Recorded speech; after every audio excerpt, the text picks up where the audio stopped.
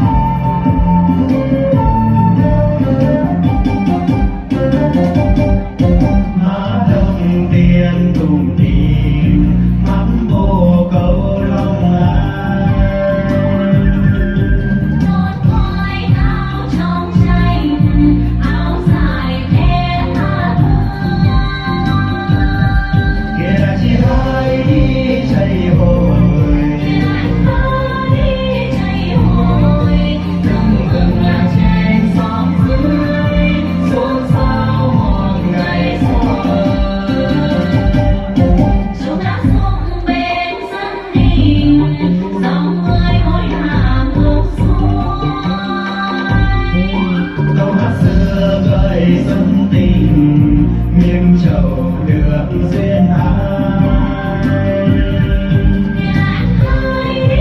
Chạy hồi chạy hồi hát bao hồng dài lúa mềm yên đắng mang nắng về hồi xuân.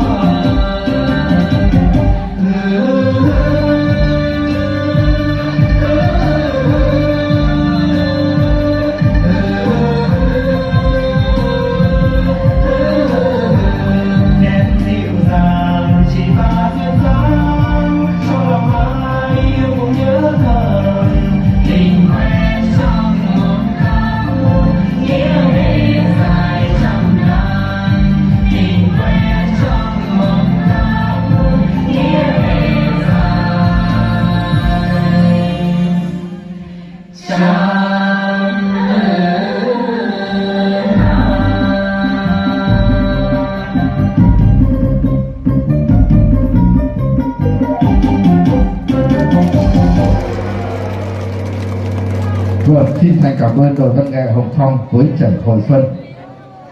Chúng tôi xin lưu ý tất cả các câu lạc